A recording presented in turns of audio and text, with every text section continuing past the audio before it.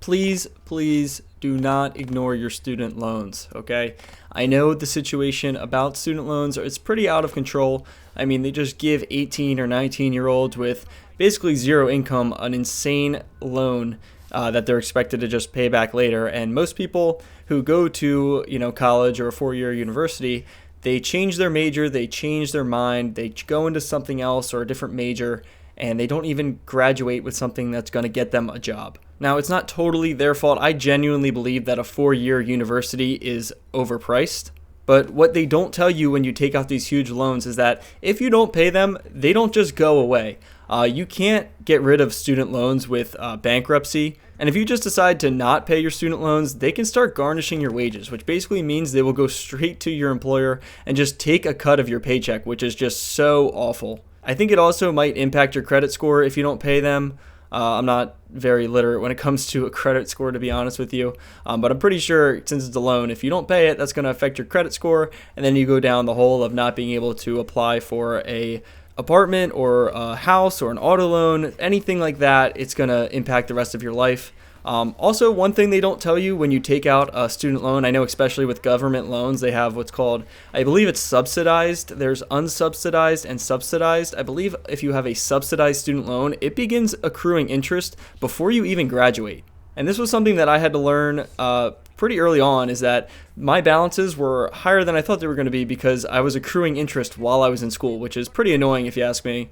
Now, one benefit you do have is if you work in some sort of like public sector or public service job, there is forgiveness plans for loans. Like I believe one I've seen before is after 10 years of at least making the minimum payment that it'll be forgiven. But to be honest, you do not want to be paying these student loans off for that long to begin with. But if that is the situation, there is some options for a public service job to forgive your loans. Now, I think the idea that college is a necessity at this point is really overblown. There's definitely a lot of other options that people have that, isn't really talked about. Like for one, community college. Community college is a great way to save money on college. I wish I could have gone to community college. They didn't offer my degree that I wanted, so that was one reason that I couldn't go. But I know now at community colleges, if they're paired with like a big university, they will offer like a 2+2, or I've even seen a 3+1 program. So basically for those 2 or 3 years, you would go to the community college, finish off the 2 or 1 year at that university, and then you would graduate with a degree basically from that university. So if those are an option for you, and like if you have like a super generic major, like they are game changers if you can do that. Another option to kind of avoid high student loans is to stay in state. It's definitely going to be expensive still, but usually a university will offer a cheaper rate to students from in-state because they kind of want you to stay there. They want you to go to their program instead of going out of state. Now, another way to kind of get some money would be like a scholarship, educational, sport related. That's not for everybody. I know they're very difficult to get. Sometimes a lot of people apply, sometimes nobody applies. So all you can really do is try and put the time and effort and apply for them.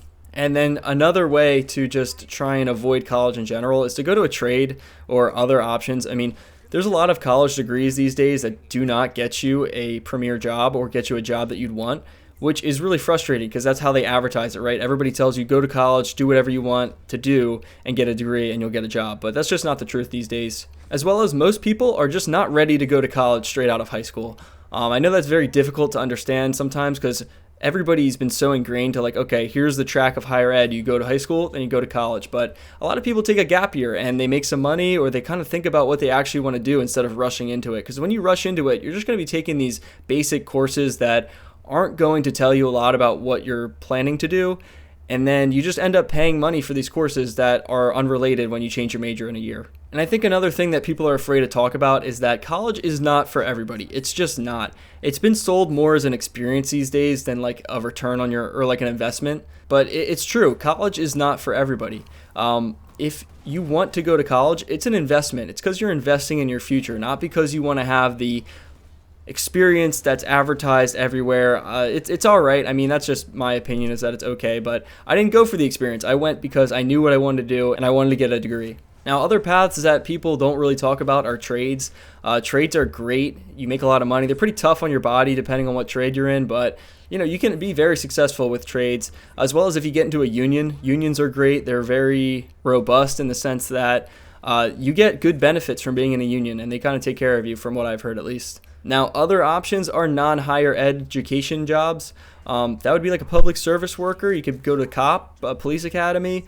You could be a mailman, go to the military, even like something like a janitor, right? Like you might think like, oh, a janitor, that sucks as a job. But if you don't mind cleaning, like you could work for like a hospital or something, and then you get the benefits that every other employee at that hospital would get. So I think it's very underrated is to think about the benefits and where you're working, not exactly what you might be doing. Now, another thing that could be a cheat code is the military. I don't know. I didn't personally go into the military, but from my friends and people that I know who have been there, you go in for 4 years. It kind of sucks, but you can come out and use, I think it's called the GI Bill. Basically, you get free college or you get some like stipend towards college or something. And I think that's a pretty good track to go as well. If you still want to go to higher ed, but don't think you're ever going to be able to afford it, the military, 4 years, you put your 4 years in, and then you can go out and go to college.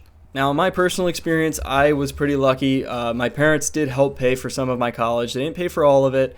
We actually ended up taking pretty much all the government loans each semester that were offered. I think I ended with around 48 to 50K. Now, I did go to a 5-year master program, so that number is a little bit higher if you just take only the government loans. I think the master side was a pretty significant amount of that debt. And that sounds pretty bad, but I know some people are up to like 80, 100K, over 100K, and that just is so scary to me. Like, even looking at my number when I was done scared the shit out of me, because I was like, how am I going to pay this? How long is it going to take to pay this? And what is my payments going to look like? Will I even be able to afford it? And so I've pretty much just putting as much money as possible towards my student loans, because I want those paid off. Like, I don't even want to have any more debt, because I look at it like right now, the money I'm paying, I wish that was in my pocket every month. But once I'm out of this student loan debt, like it will be. Like, I don't owe anybody money. So I'm really just trying to go all in and pay this off. Now, my goal is to pay it off in 3 years. I don't know if that's going to be possible. I'm in a pretty lucky situation again where I get to live at home. I don't have to pay rent. Which I think is underrated these days. I think a lot of people think they have to move out, or they are in situations where they need to move out. But if you can, I think living at home is also another cheat code when you're early on just getting out of college. And I think another mental trap that people fall into is once you get a job after college, you start getting a pretty decent salary or wage, right? Like you get this large amount of money each month that you really probably weren't getting when you were in college. So I think the most important part is to not inflate your lifestyle. Most people see that money coming in and they're like, oh, now I have this much money to spend. But I think if you put your head down and just put most of it towards paying off those loans, it's pretty achievable in a couple of years. And once you pay that off, like I said, all that money is yours. It's no longer over your head. It's no longer impacting you. They can't take money out of your wages. They can't impact your credit score, which is all things that you definitely want in the future, right? I think what's hard for people to understand is that the loans you take are your responsibility, right? It's like I said, it's tough because it's a trap. You're 18, 19 years old going to college, and all of a sudden you're taking out this large amount of money, but it's still up to you, which I think is really hard.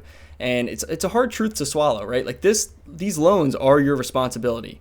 While they kind of coerced you, or you've been kind of coerced by society to take them and go to college, ultimately it is your responsibility to pay. And listen, I wish it wasn't. I wish I didn't have to pay my loans. I wish I could just forget about them, but they will impact your life moving forward. Like they stay with you forever. And I think a lot of people don't understand that.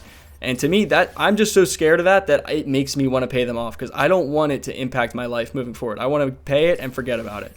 Now, I might go into another topic in the future about paying off debt and like different strategies and stuff like that, but I just wanted to talk a little bit about student loans, because every now and then I'll see a video pop up where like people are just talking about their student loans and they say their debt numbers, and I'm just like, it just scares me, honestly, seeing other people's debt, looking at my own debt. So I really think you should try and pay them off as quick as possible. I know everybody's situation is different, and I'm very lucky with the situation I'm in, but it's important to pay these loans off. And I think it's important to talk about it because a lot of people shy away from talking about debt, and I get it. Listen, it's your personal stuff. Like, you don't want to be sharing it, but to talk about it almost puts it out in the air, makes you remember it, makes you think about it, and then you can try and push towards paying that off and ultimately being debt-free. So that's all from me this week. I just wanted to yap about this, but I'll catch you guys next week with another video.